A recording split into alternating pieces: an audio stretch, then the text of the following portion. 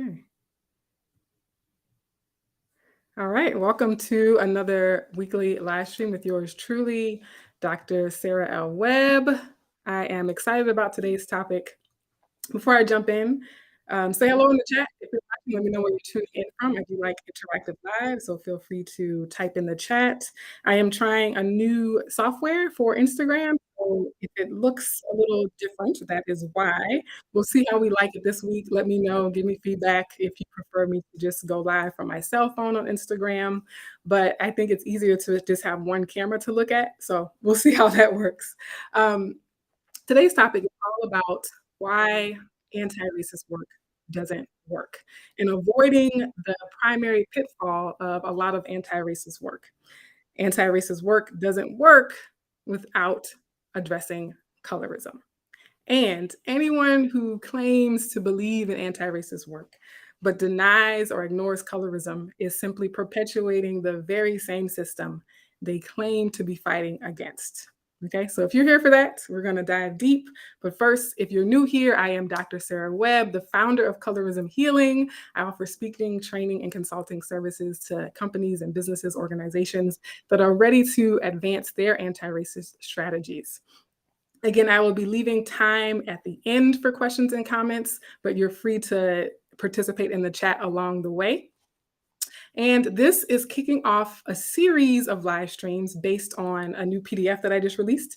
It's also available in ebook format. So if you want to read ahead of class, then you can download the PDF. It's called Corporate Colorism: Why Business Leaders Must Upgrade Their Anti-Racist Strategy. And so this first one is all about why anti-racist work needs a colorism lens.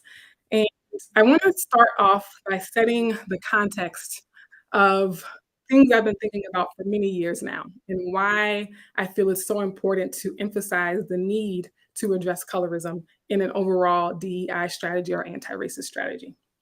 So several years ago, I attended a panel on colorism, and on that panel, there was a brown-skinned Black woman scholar who was well-respected, well-liked by faculty, by students, and in larger academic circles. And on that panel, I'm paraphrasing a little bit because it's been a few years, so this is not an exact quote. But the gist of something she said was along the lines of, it's time to put this issue behind us so that we can move on to quote unquote the real issues, or so that we can focus on the quote unquote more important issues, right? And so I'm curious to know in the chat, if you're watching live, if you know or if you've experienced or witnessed or observed people who are very much experts in racism, and they're advocates, they're writing, speaking and advocating, and activists and public figures who are very passionate and informed around anti-racist strategies, who fight racism and white supremacy around the globe. And yet, when it comes time to talk about colorism or address colorism, they fumble the ball. They fumble the pass, right? And while they have eloquent exegesis of anti-racism and social justice, there seems to be a gap, a serious gap in their ability to speak to colorism specifically. And I think it's interesting when you hear these people frustrated and upset, angry that we don't see more progress in terms of racial equity and racial justice and liberation. And I believe what they are failing to realize is that this issue, which they easily toss aside, which they trivialize and treat as a secondary, almost non-factor, is actually the lever that will help gain traction in the overall fight against racism, white supremacy, and anti-blackness. So this is why I am here, because I think we are undermining our efforts in advocating for liberation and social justice against racist systems of oppression if we ignore colorism. All right, let me see if anyone is typing in the chat yet. Good evening from Tanzania. Hey, Tarvinder. Hey, Jamila Simmons. Good to have you here. Hi, Natasha. A lot of LinkedIn folks. Hey, Carrie. How you doing? Hi, Michael. Always good to see you. Welcome, folks. Welcome. Hello. I don't know your actual name on YouTube. which is saying I follow a couple of Black educators and activists, which have good knowledge about um, but now that I think about it, they don't talk about colorism that much, maybe once in a while, right? And so, yes, this person on YouTube is saying that they do know a lot of people very often and very well, very eloquently on racism and social justice issues, but they rarely, if ever, touch on colorism.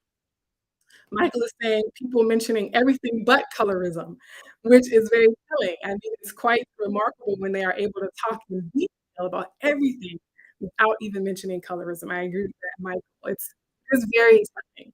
Hi, Jyoti, how you doing? From Norway? Awesome. Maren, a big hi from Norway. We have 2 folks from Norway. Hey, Norway. Hi, Patia. Nice to see you. Awesome. All right, welcome, folks.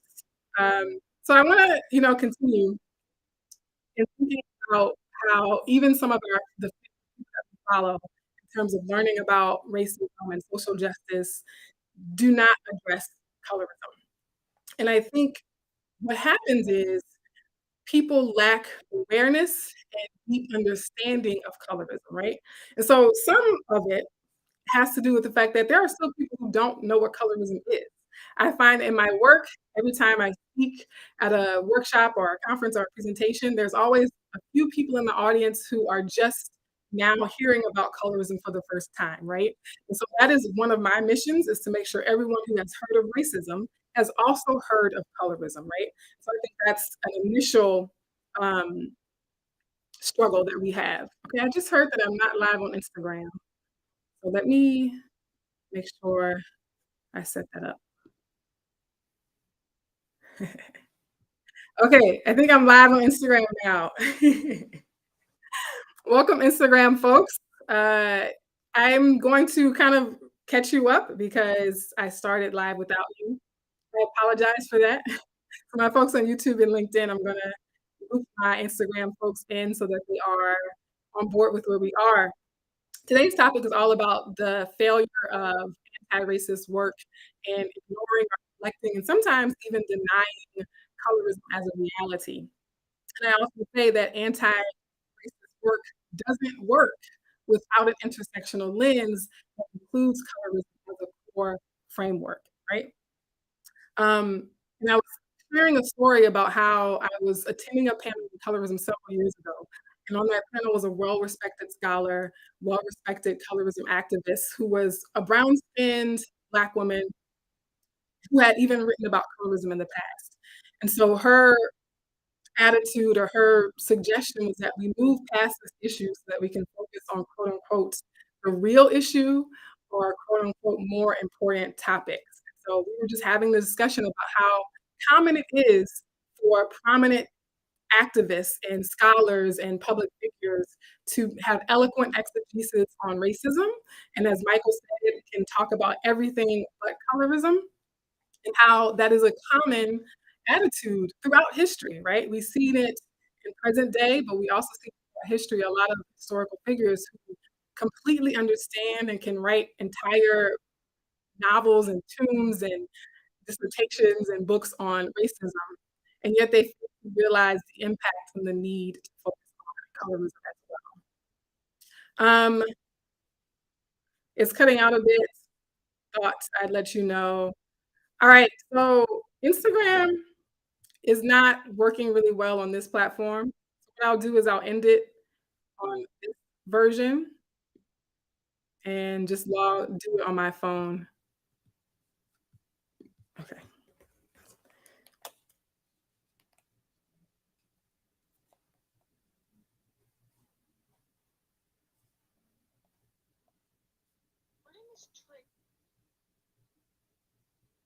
All right. There we go. All right. Hey, Instagram. I'm just going to do y'all the old fashioned way because the Restream platform is not working really well in terms of how the quality of the streaming on Instagram. So I want Instagram viewers to have an equally good live experience as the folks on LinkedIn and YouTube. So I'm going to just have to look at 2 different cameras while I talk. But I also wanted to unpack that experience a little bit with the scholar who was kind of dismissive of colorism and saying that it was the less important issue or that it was a trivial issue. And I think one, she was a brown-skinned woman, right? And so I think a lot of the people who so easily dismiss colorism in anti-racist conversations, one, we have to look at how they are positioned in the system of colorism, right? So if you are more privileged in the system of colorism, it's easier for you to be dismissive. It's easier for you to trivialize it and see it as less important. If you are more privileged in terms of any issue, right? You are, one, more likely to be oblivious of that issue, but then even if you are made aware, you are still more likely to be dismissive of it.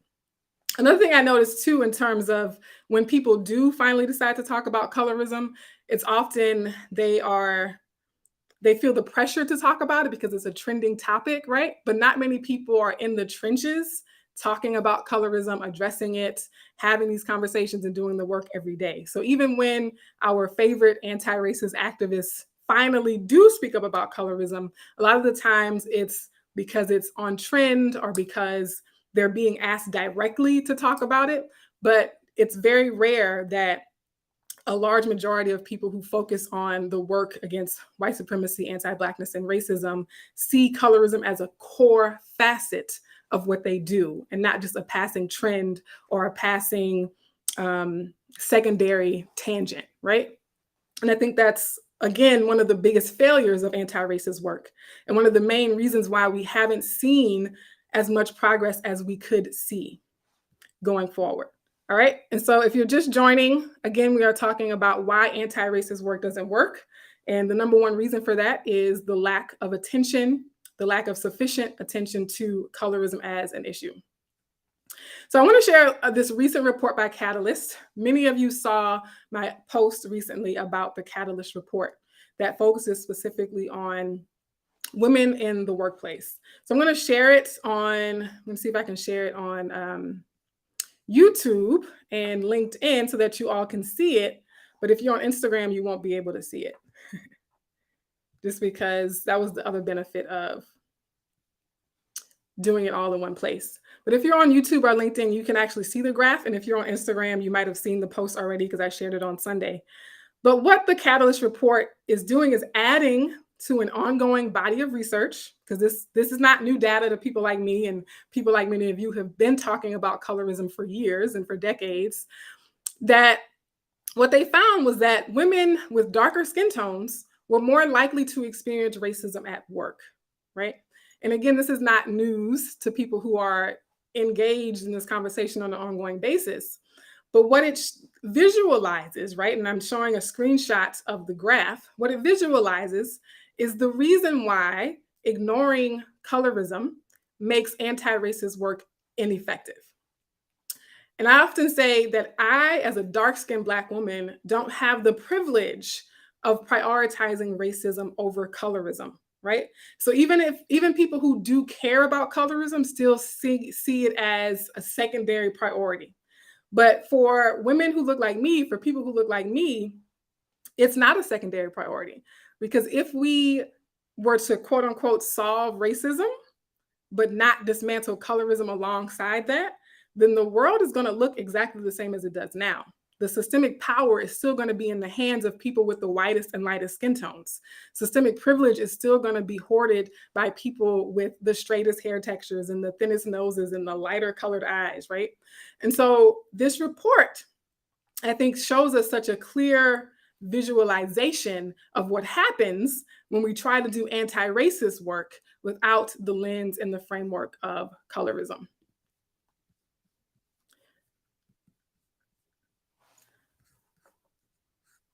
All right, so again, and I apologize for Instagram in particular because I'm going to have to catch you up on some of these things.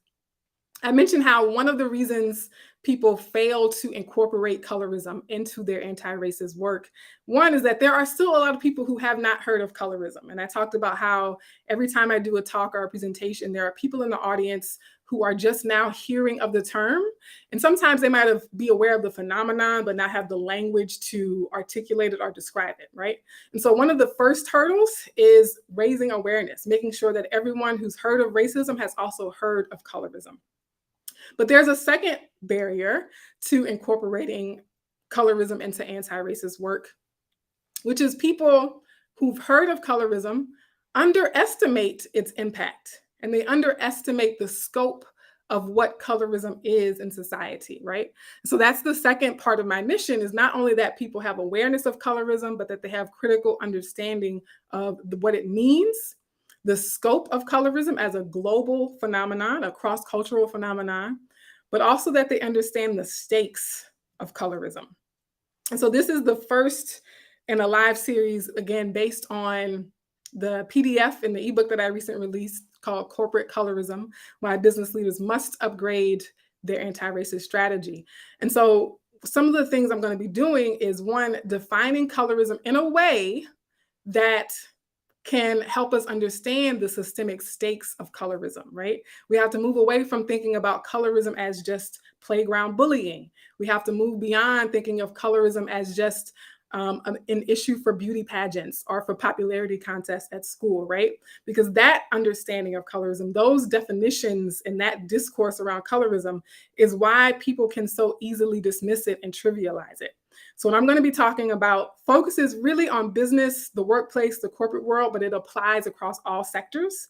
I talk about the educational pipeline and how there are disparities in how students are treated and the levels of education they have access to because of colorism, right? I talk about biases in hiring, biases in promotion, wage gaps based on colorism. And so two things, again, awareness of colorism so that you can start to incorporate it into all of your social justice, activist, anti-racist work, but then understanding the scope and the stakes of colorism. I'll also say this too. Someone left a comment under a post when I was sharing about the new PDF and saying how they were comparing the African-American experience to the Filipino experience, and before reading my PDF, right? And so after they read it, they came back and said, you know what?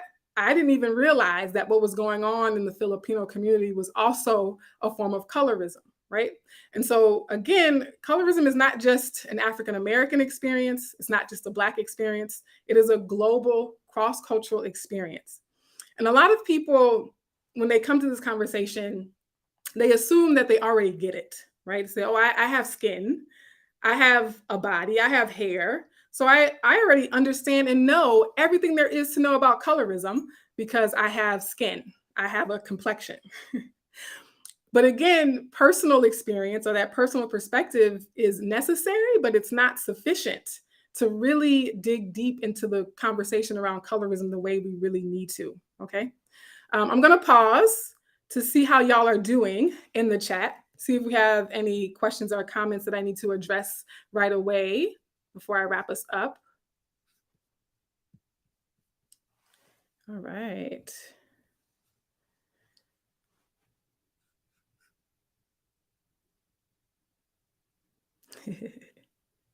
We have Larissa Poire. Hello, Dr. Webb. I'm just learning about you, and I thoroughly enjoy your content. Thank you. I'm glad you can join us. Carrie says, I have experienced progressive, fair Black folks uncomfortable with acknowledging colorism.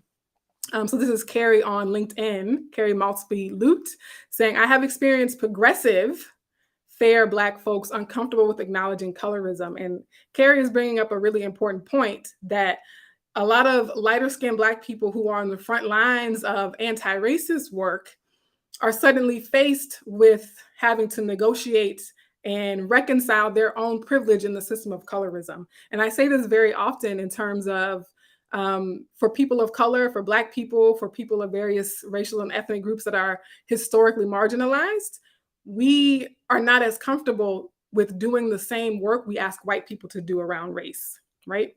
So that's one of the challenges for having conversations about colorism, is that we're so used to telling white people to check their privilege, but then all of a sudden, those same people are also having to check their privilege due to colorism, right? And thinking about intersectionality, we can kind of normalize the fact that most people have some form of privilege. And so it's not that you can't do social justice work or that you're a bad person because you're privileged in a system, right? Really, the failure is refusing to acknowledge that privilege or denying that privilege, right? That's where the harm is done. But it's very uncomfortable to say, yeah, I see myself as someone who has suffered from the legacy of oppression due to racism, and to acknowledge that I am privileged in this other system because of my skin tone is a challenge. It's an intellectual challenge and it's also an emotional challenge, but it's necessary, right? Larissa Poire says, thank you for the important work you're doing. I pulled over to type this in the comments because I'm driving. Oh my God. Well, one, thank you for exercising safety first, pulling over and not texting while driving. But also, I appreciate your presence and your participation here. Tarvinder says, I am curious to know what measures we can introduce in educational institutions at board levels for meaningful anti-racist policies, that meaningful and not just tokenism. That is a great question, Tarvinder. I will not fully unpack that question. So part of what I'm doing here is a long series, and I want to challenge us not to just try to solve everything in 30 minutes, but to come back each week for these ongoing conversations, right? And so I think that particular question, I'm going to make note of it, and I'll incorporate it in the series ahead. But you're right. I think one of the important things is recognizing tokenism. And I was on another panel, and the moderator was telling me how when she looks around a room and she says, oh, there are a lot of Black people in this at this event, or there are a lot of Black people in this facility or in this room or in this space, but then she also has to reconcile the fact that all of those Black people are light-skinned, right? And so tokenism and thinking about race only, you can technically have a lot of people of different races and ethnicities in the room or in your demographic makeup, but they might all have the very same or very similar skin tones, which I call monochromatic diversity. Fatia says, Michael says hello. Oh, they're just speaking to each other in the chat. Let's see. Nia Williams on YouTube says, I think outreach should be done and given to Black American men because they continue to perpetuate colorism towards dark-skinned women in their features. So Nia Williams is talking about the intersectional lane of gender and how that impacts anti-racist work, but also colorism itself. So going back to that notion that even people who have experienced racial oppression can still be privileged because of other aspects of their identity or experience. And so being lighter skinned makes you more privileged than darker skinned Black people or darker skinned Asian people or darker skinned Indigenous people, right? But also being a man in a patriarchal, sexist society makes you more privileged than the women or the non-binary folks of the same race or of the same group. And so we see a lot of men leading anti-racist efforts. A lot of Black men talk about racism. A lot of Black men are very passionate and very dedicated to the fight against racism. And very, very few of those same Black men will ever touch or thoroughly address colorism, partly because as men, they are more privileged in the system of colorism, even if they are dark-skinned men, right? And so again, I'll be here every week on Mondays at noon Central Time, so we can go deeper into the gender dynamic. But Nia is absolutely right that because men are more privileged in society in general, not only are they more likely to perpetuate colorism, but they are also less likely to examine their role in being complicit in perpetuating colorism. And they're less likely, therefore, to talk about it, right? So whether it's light-skinned Black people doing anti-racist work or lighter-skinned people of color in general, or whether it's men who are doing anti-racist work, right? We have groups of people who are more privileged in the system of colorism, and they conveniently sidestep that conversation, or they dismiss that as a less important conversation. Lots of comments. I love it. This is why I love going live. I like interacting with you all live. Let me show some love to my Instagram folks. You all are active in the comments. I wish I could have all the comments in one place, but Restream is not effective for going live on Instagram, apparently. The Honey Effect says, I have a mixed race friend that doesn't quite grasp the difference between bullying and oppression in terms of colorism, hair texturism, featureism, and even fat phobia. Yes, they underestimate the impact. Yeah, so the honey effect, I see this a lot with people of different racial identities and different positionalities, and seeing and wanting to equate any kind of negative experience with bullying to systemic oppression. And that is, again, why defining colorism as systemic oppression and not just meanness or mistreatment or even prejudice, right? Thinking about racism versus racial prejudice. And so that's what I'm talking about next week, is how we define colorism is going to impact the degree to which we understand the stakes of colorism. But a lot of people want to just limit it to, you didn't like me, or you treat me badly, or you bullied me, and not realizing that colorism has larger material consequences, larger economic consequences, larger psychological and health consequences, right? And so when we look at that, then claims about reverse colorism, for example, just don't hold water. Let's see. Will you talk about defensiveness in the corporate leadership? I can definitely talk about defensiveness in corporate leadership. I am writing these things down, although, because on Instagram, the chat is not saved. On LinkedIn and YouTube, the chat is saved. But on Instagram, I have to write your comments down or say them so that I have them for future reference. But yeah, defensiveness is a huge one. And again, it's so much easier for people of color, for Black and brown people around the world. It's more comfortable to focus on what white people need to do. And it's so more comfortable to focus on telling white people to check their privilege. But when it comes time to talk about colorism, all of a sudden we're having to do that same kind of work. We're having to do very similar kinds of work. And so that doesn't feel good for us, right? Because we're used to being able to speak to other people marginalizing us. But when it's time for us to interrogate how we participate in the marginalization of other folks as well, then it's not as, people aren't as eager to have that conversation. Can you talk about colorism in fashion? I absolutely can talk about colorism in fashion. This is STMC on Instagram. So what I want to do after this 22-week series, and yes, I'm going to be talking about this for 22 weeks at least, I want to look at each professional industry, right? So again, my theme for the year is corporate colorism. And so what I plan to do is have a follow-up series where I look at every industry, right? So unpacking colorism in education and schooling, unpacking colorism in fashion and beauty and makeup and hair companies and brands, thinking about, the financial industry and banks and retail and fashion retail and all these different things. So there's plenty of time to unpack how all of these industries and sectors of society, right? Even thinking about the public sector and working with the government or for the government, and how colorism shows up specifically in all of these spaces. All right. So I have a couple more minutes before I log off. It says, when I was a teacher, this is Harlem Hafla. I hope I'm saying that right. When I was a teacher, I have heard parents of light-skinned children attack me for even bringing up colorism in class. Harlem Hafla, correct me if I'm saying your screen name wrong. I completely relate to that.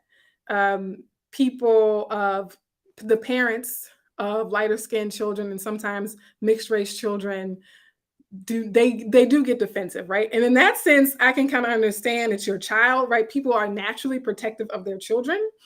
But what I always tell parents is that you're doing a disservice to your child by ignoring the root causes of these issues, right? And so I have a lot of people who leave comments on my page, for example, or who bring this up in conversations when I'm, speaking or presenting. And they'll say, well, my light-skinned child gets teased at school, or my mixed-race child is not accepted at school, right? And I always tell parents, and I tell other light-skinned folks, is that if you care about that, if you're concerned about that, then you have to be willing to have a serious conversation about colorism. You have to be willing to have a serious conversation about the systemic impact of colorism, right? You can't say, I want people to stop bullying my child, but then deny the fact that your child has privilege in the system, right? So yeah, I think in their efforts to protect their child, they're actually allowing the problem to persist. All right. So many wonderful comments. I wish I could get to them all. Oh my gosh. Oh my goodness.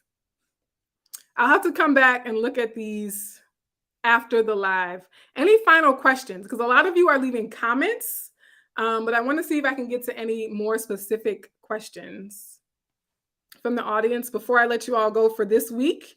And I'll be back next week. And Instagram, I owe y'all one. I might have to go live again on Instagram one more time this week just to compensate for the technical glitches and the technical difficulties. But also LinkedIn and YouTube, thank you all for bearing with me while I work on the Instagram side of things. Oh my goodness. Oh, these comments are excellent. All right, if there are no final questions, I want to wrap up with homework and affirmations, right? So y'all know I love homework, right? As a former tenure track professor who jumped off the tenure track to blaze new trails, I still am kind of a nerd, kind of a geek. I still like studying and reading and homework. So this homework assignment has two parts. Ask as many people as you can this week if they've heard of colorism, right? Because again, going back to what I was saying earlier, there are still a lot of people who have not heard of it. And so I need your help. I do everything I can to spread that awareness, but I need your help in spreading that awareness and making sure everyone has at least heard of colorism, right? And if they say yes, if they say they've heard of colorism, ask them how it relates to business. How does colorism relate to business? And the reason why I want you to ask that question is, again, people are able to trivialize or dismiss colorism if they think it's just about being bullied at school. For a lot of people, the conversation stops at, I was bullied at school, my child was bullied at school, right? And so what you can do as you're asking people if they've heard of colorism is to help them move beyond the schoolyard bullying conversation in order to understand the larger social implications and the social consequences of what colorism does. And then my affirmation for you all is I am ready to test my commitment to the things I believe I care about. So if you believe you care about anti-racist work, examine your track record for addressing colorism. So again, I am ready to test my commitment to the things I believe I care about. And if you care about anti-racism work, then you have to address or interrogate or audit your track record for addressing colorism, because there is no anti-racism work without anti-colorism. That is the big takeaway I want you all to have. And if you are really excited and pumped up for pushing this conversation forwards, join me every Monday. I'm trying to keep these to 30 minutes. So, we have plenty of time each week to unpack, look at specific nuances. Next week, on Monday at noon Central Time, I'm going to be focusing on the definition of colorism, because it all starts there, folks. Everything that we would hope to talk about starts with how we define colorism. And so I want to give you all a more nuanced, a more expansive definition of colorism that can help us finally advance that conversation, again, beyond just a popularity contest or beyond, someone being mean to me as an individual. All right. Yay. I'm gonna hang out. I'm just gonna scroll a little bit because I like y'all's comments. Oh my goodness. Yes, great information. Thank you. Normalizing folks talking about accountability. And Modern Formula says, oh, I'm going to ask this at work. Have you heard of and do you know of colorism? Exactly, Modern Formulas. You understand the assignment. Okay, you understand the assignment. And so if you come back to class next week, I'm going to ask you if you did your homework. And so report back to me. Let me know how it went. And I will see you all next Monday. Have a great rest of your week. Much love.